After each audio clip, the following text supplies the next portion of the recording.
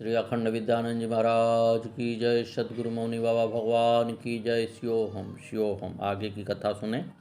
एक अजीब सी घटना का जिक्र करते हुए विनीता कहती हैं कि उस वक्त गुरु भगवान घुघरावली में रामा पंडित जी के मकान में नीचे कमरे में रहते थे। गुरु जी मौनी बाबा चारपाई पर बैठे थे और विनीता नीचे चटाई पर बैठी थी।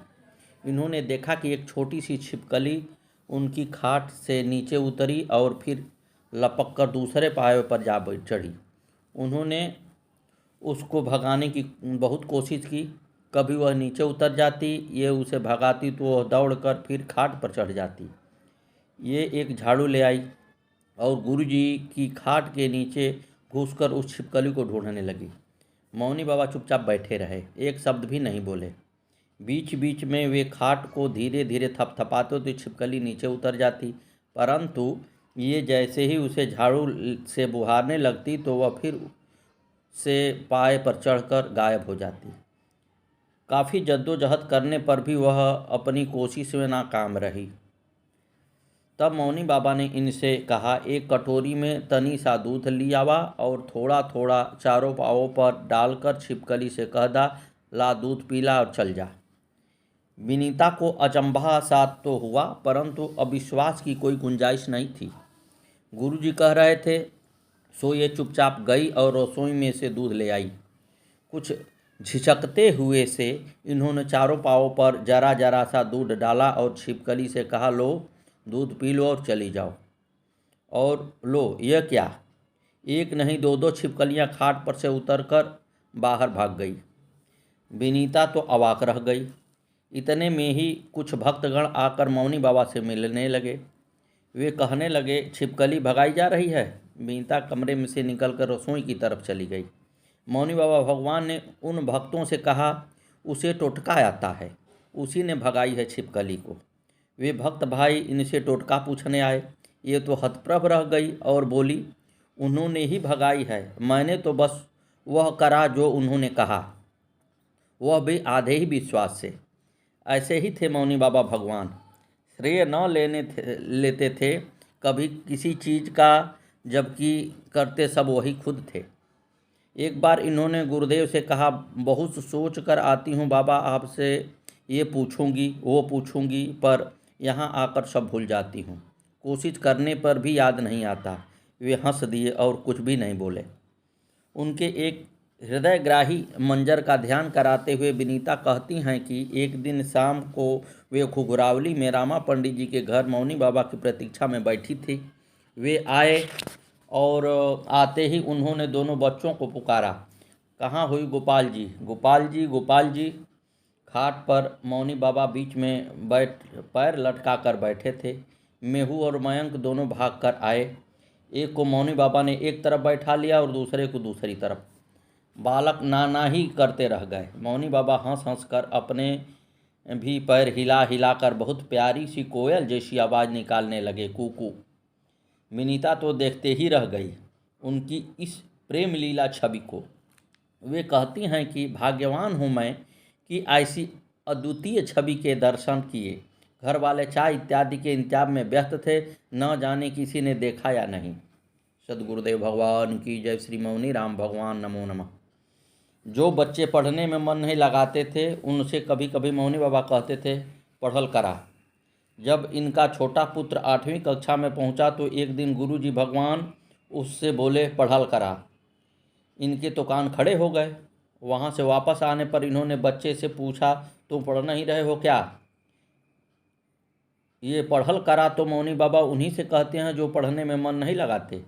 और वाकई उस वर्ष के रिजल्ट में मालूम हो गया कि वो पढ़ नहीं रहा है। 10वीं पास करके वह दिल्ली चला गया। विनीता उसको लेकर बहुत चिंतित रहती थी। एक दिन यूं ही मौनी बाबा के पास बैठी थी कि बाबा उनसे पूछने लगे, गोपाल जी नहीं आए?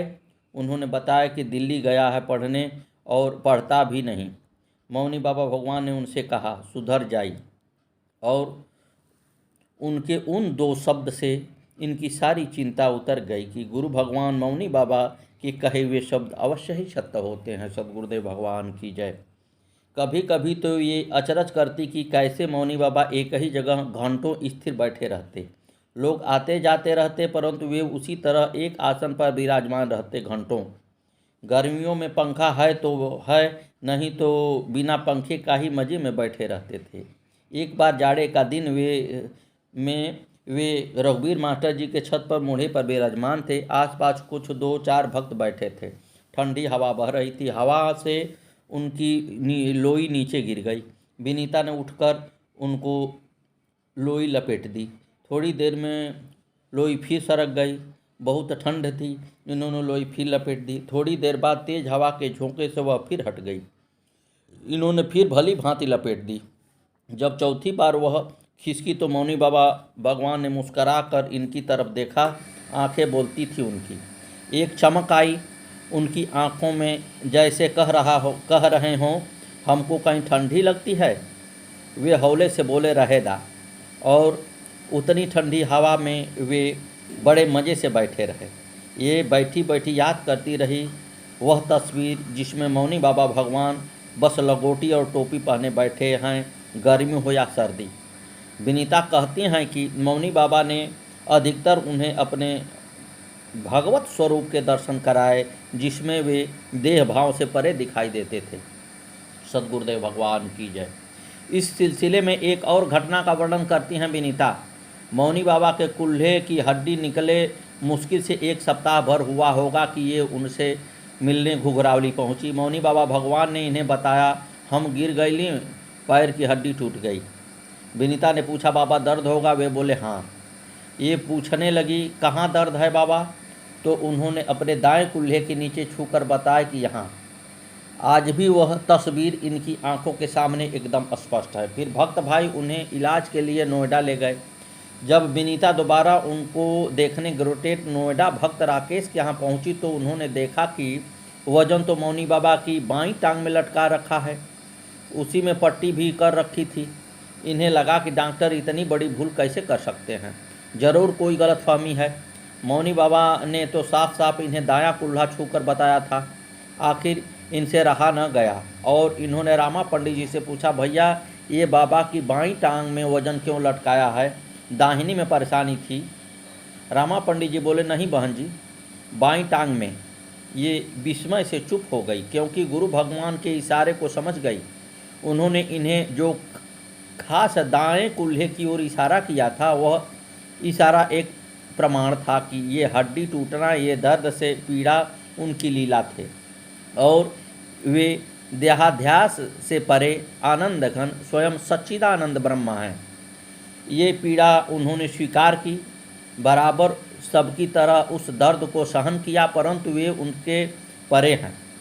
सबकी सेवा, सबका भाव स्वीकार करके, सबके पाप तापों का कर्ज अपनी ओर से ही प्रकृति को चुकाकर वे भक्तों के हृदय में अवतरित हो गए। सद्गुरुदेव भगवान की जय। श्री मौनी बाबा भगवान की जय।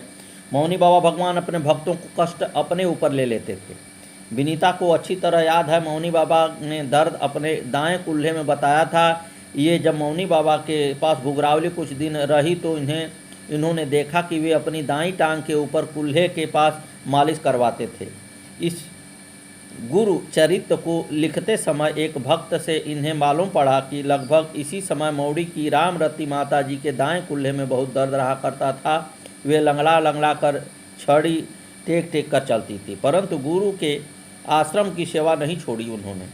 सेवक के कष्ट को गुरुजी मौनी बाबा ने अपने ऊपर ले लिया। गुरुजी के सारे सेवक आखिर उन्हीं के तो अंग हैं, वरना अपना तो उन्हें कोई कष्ट ही नहीं था। सद्गुरुदेव भगवान की जय। मौनी बाबा जी ने एक बार स्वयं ही बताया कि विनीता को कि मौड़ी वाले रामरती आकर चरणों में पड़ गई हमारे।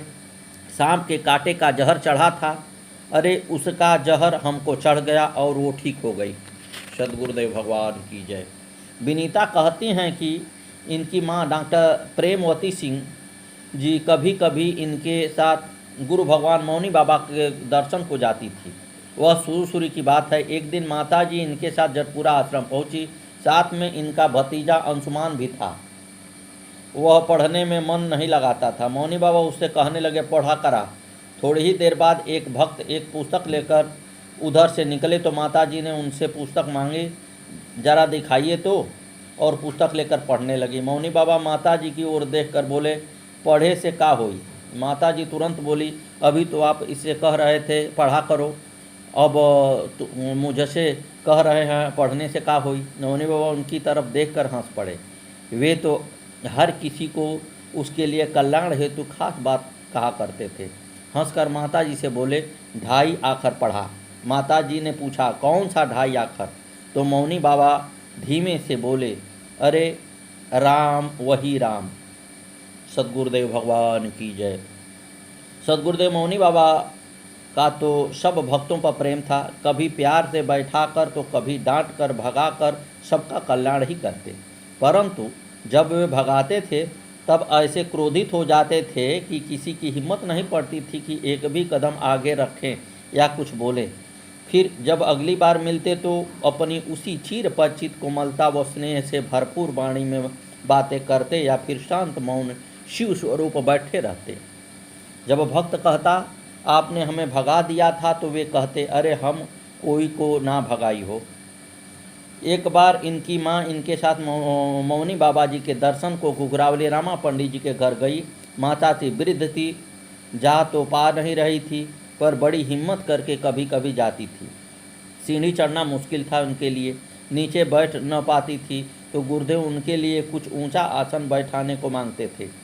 उस बार ये सब पहुँचे तो मौनी बाबा भगवान ऊपर से ही भगाने लगे। बाकी लोग तो मौनी बाबा जी को प्रणाम करके बाहर आ गए, परंतु माता जी न मानी। वे बोली, आज तो चरण छू कर ही आऊँगी। वे अंदर को चली तो गुरुजी छड़ी लेकर ऊपर से नीचे उतर आए और छड़ी दिखाकर गाली देकर उन्हें भगाने लगे। पर भला वे क्यों मानती, वे तो उनके चरणों में ही चली। तब मौनी बाबा भगवान भाग कर दीवार के पीछे जा छिपे और वहीं से छड़ी दिखाकर उनको भगाने लगे। तब विनीता अंदर गई और माता जी को बहुत बहुत समझा बुझा कर बाहर ले आई। जब सप्ताह भर बाद विनीता दर्शन को आई तो उस दिन मौनी बाबा बड़े प्रेम से माता जी का हाल चाल पूछने लगे। विनीता ने कहा, बाबा आपने तो उन्हें डंडी दिखाकर भगा दिया।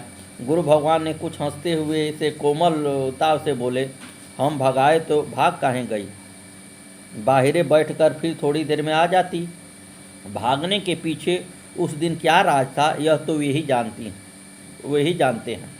या तो मौनी बाबा उनकी कोई आफत मुसीबत टाल रहे थे या बार बार ऊपर चढ़कर आने का कष्ट न देना चाहते थे। उनके बाद से माता जी वहाँ नहीं गई, घर पर ही बैठे बैठे उन्हें याद कर लेती थी। इधर मौनी बाबा अक्सर उनका हाल चाल पूछा करते थे। घर के सदस्य तो सदस्य, मौनी बाबा भगवान तो घर के कुत्ते का भी हाल चाल पूछते थे। वे तो श्रीरंग के कुत्ते भोगा के बारे में भी पूछा करते थे कि कहाँ है, कैसा है। उनकी दया का, करुणा का और प्रेम का कोई पार नहीं पा सकता। सद्गुरुदेव